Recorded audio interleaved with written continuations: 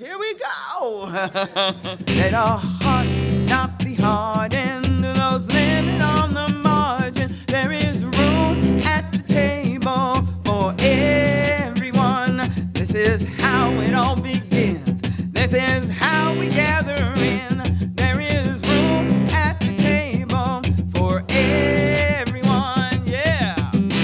Too long we have wandered, burdened and undone. There is room at the table for everyone.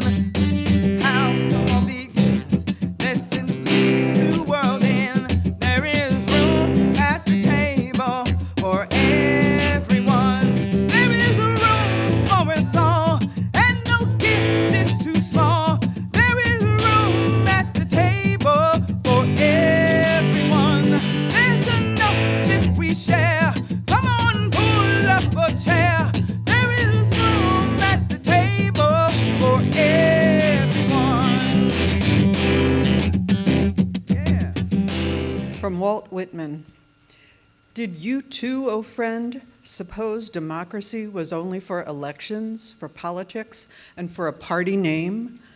I say democracy is only of use there that it may pass on and come to its flower and fruit in manners, in the highest forms of interaction between men and their beliefs, in religion, literature, colleges, and schools, democracy in all public and private life. Edmund Burke on democracy. As the ends of such a partnership cannot be obtained in many generations, it becomes a partnership not only between those who are living, but between those who are living, those who are dead, and those who are yet to be born. Each contract of a particular state is but a clause in the great primeval contract of eternal society. Listen as your day unfolds. Challenge what the future holds. Try to keep your head up to the sky.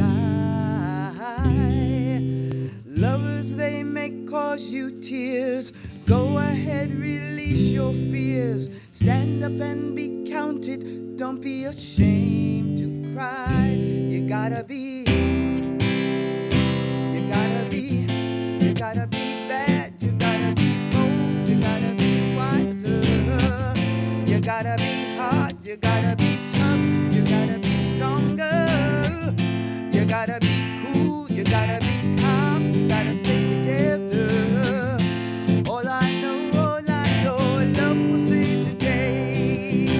All I know, love will save the day. One more time. All I know, love will save the day. In the 1830s, a Frenchman, Alexis de Tocqueville, came to see the American experience of so-called democracy. In his own France, despite a revolution in the previous century, the country was still primarily ruled by a small elite. Tocqueville was especially interested in what he called, in translation, habits of the heart.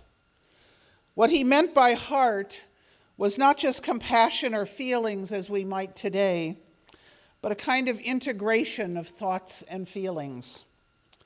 He used the word mœurs for habits, implying not mindless habitual behavior, as we sometimes mean today by habits, but practices, feelings, and ideas. We were clearly a culture that, in contrast to the society that he came from, supported and encouraged individual development and growth. De Tocqueville, though, saw the challenge. Increasingly, more individuals developed and grew in understanding of themselves, in self-fulfillment, in material success and comfort. And as a result, they come to believe that meeting their own needs, which was de Tocqueville's phrase, was something they had done all on their own. This, he warned, would result in a kind of individualism that would weaken the very social fabric that made widespread individual success possible. What de Tocqueville saw offsetting that tendency almost 190 years ago, he noticed a tendency in America to a vigorous organizational life. Churches, well, there weren't yet ethical societies, although Ben Franklin had earlier suggested that ethical societies should form. He saw social clubs and civic groups. These de Tocqueville saw as ways to counter the sort of individualism that separates us. But both are needed, both individual and community.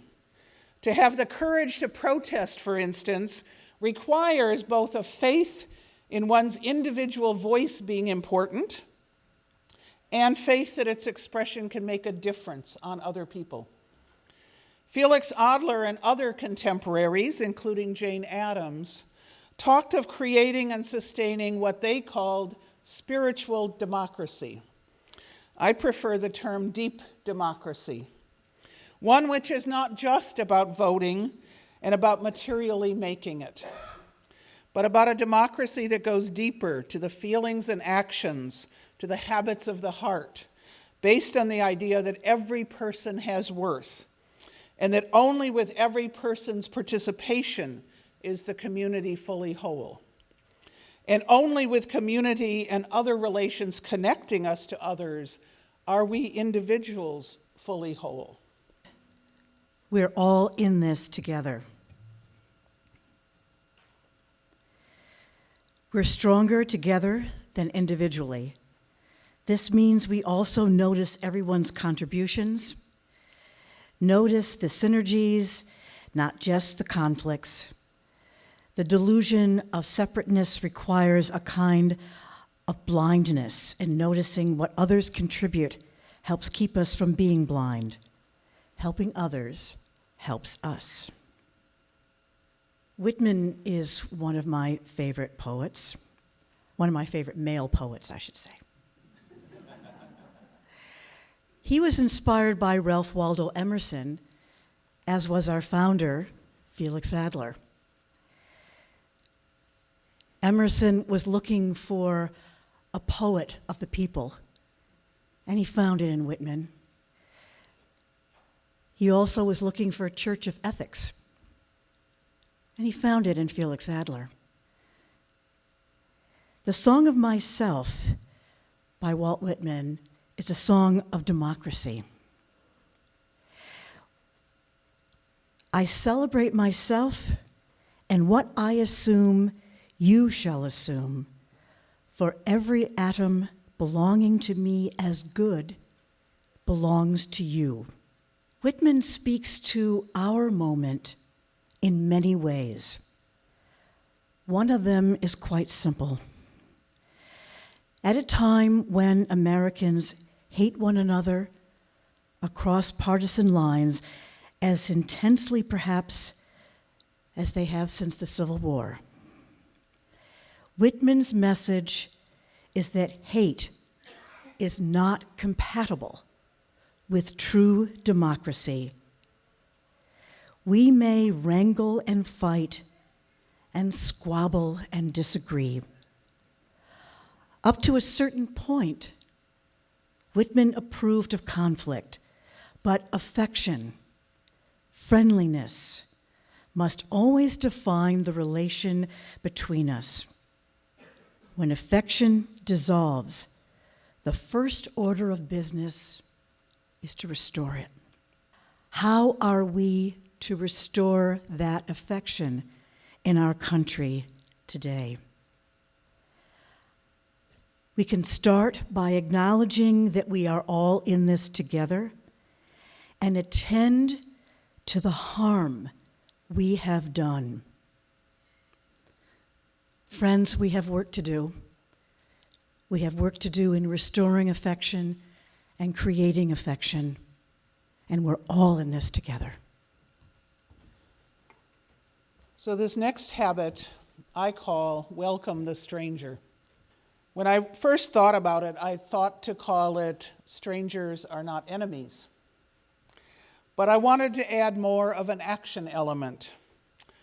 not just to stop thinking of strangers as enemies, but to actively welcome strangers. Welcome those we might react to as different from us, sometimes even as enemies. And beyond that, welcome and not just tolerate that others in our community will be different than us. That community isn't really community unless we are different. It's one reason I prefer not to call us like-minded. We need different-minded. Like-hearted, for sure. Committed to the worth of each and the connection of all. But welcome the stranger, even the different-minded. Understand that also means accepting that a democratic community, large or small, is not just about your ideas. You cannot single-handedly bring democracy or community to anyone. That would be another variety of that isolated individualism, to believe that only you have the correct vision. So to really include, I think there's some skills we all need to practice. And the first is that skill of listening for understanding, not primarily listening in order to figure out how to change someone's mind, but to better know how to take into our community life those needs and feelings of others. The second skill is conflict management, accepting that conflict is not only a fact of community life, but a generator of creativity and growth. And then finding respectful ways to transform conflict or differences into learning and action. And the next skill is that of maintaining appropriate boundaries. Respecting the boundaries of others keeps community from overwhelming and displacing our valuable individual identities. Boundaries keep a community inclusive. Deep democracy or community should be expanding our boundaries as long as we still welcome welcoming, as long as we do not tolerate intolerance. So that habit of the heart is to welcome the stranger, to really include in our community even those who have new and unfamiliar ways, who disagree with us, who challenge us. It means accept that the ideas of others are also valuable, and that in the crucible of interconnectedness, we'll all have opportunities to learn, to grow, and to change. My silences had not protected me. Your silence will not protect you. What are the words you do not have? What do you need to say? What are the tyrannies you swallow day by day and attempt to make your own until you will sicken and die of them, still in silence? Don't just sit there. My most vivid memory of my first time noting what community really looks like happened about 3 summers ago in Durham, North Carolina. There, I was greeted and welcomed by a collection of women. They called themselves collectively Spirit House. They were community organizers, they were lawyers, they were teachers, they were ex-felons, they were community. And they worked together to speak with and pass the mic to community. I remember when the 3rd killing of a Black body happened that summer, and we were all devastated. We didn't know what to do. We cried, we mourned, we got angry, and we decided we can't just sit here. We have to do something. This is calling us to a movement. And so that Saturday morning, we went down to the Eno River, and it was beautiful. We actually made a procession with Black umbrellas and marched down to the river together. And we sang, and we called out, and we hugged each other, and we listened. We listened to the words that we didn't yet have. We listened to the screams that came out. We listened and spoke, and together collectively talked about what could be done. What can we do? Especially in times where things seem so devastating that there's nothing that can be done. That was my first time experiencing what true community looked like. When you could reach out to each other, when you can listen deeply with each other, where you can, yes, get mad because being mad lets you know that something is wrong. And locating and accessing those points as an entryway to be community. Don't just sit there. Your silence will not protect you. It has not protected me. The first time my heart was broken open was when I was a young child, seeing the photographs from the concentration camps at the end of World War II. What I remember the most was the deep sorrow that I felt.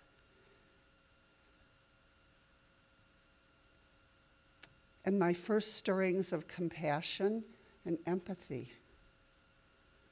I knew that I wanted to be different from the people that could have done these horrific things. I wanted to be someone who would work to keep it from ever happening again. When I think of the broken open heart, I remembered the Leonard Cohen song about there being a crack in everything. That's how the light gets in.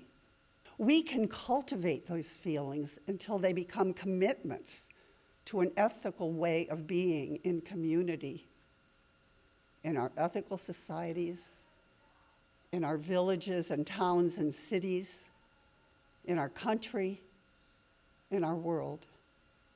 The light can show us the paths to strategies for solving problems that keep people trapped in untenable systems and social structures, to working for solutions and being as generous as we are able to be in putting our money where our values and our hopes for repair are, making reparations out of our own plenty and abundance.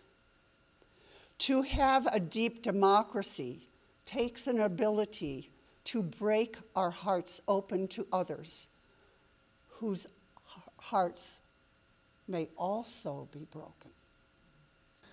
And to close with some words and bring into the room some of our intellectual ancestors, George Odell and Howard Radist. Democracy is something more than pulling the lever of in a polling booth.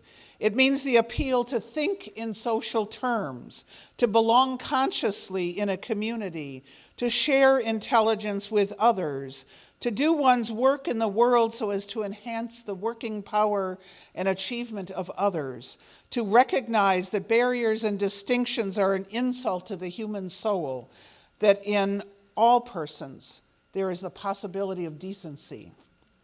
Democratic values, integrity of persons, trustfulness between persons, hopefulness from persons, endure beyond wealth and strength. It is these values that together make democracy not merely a political arrangement, but a mode of living.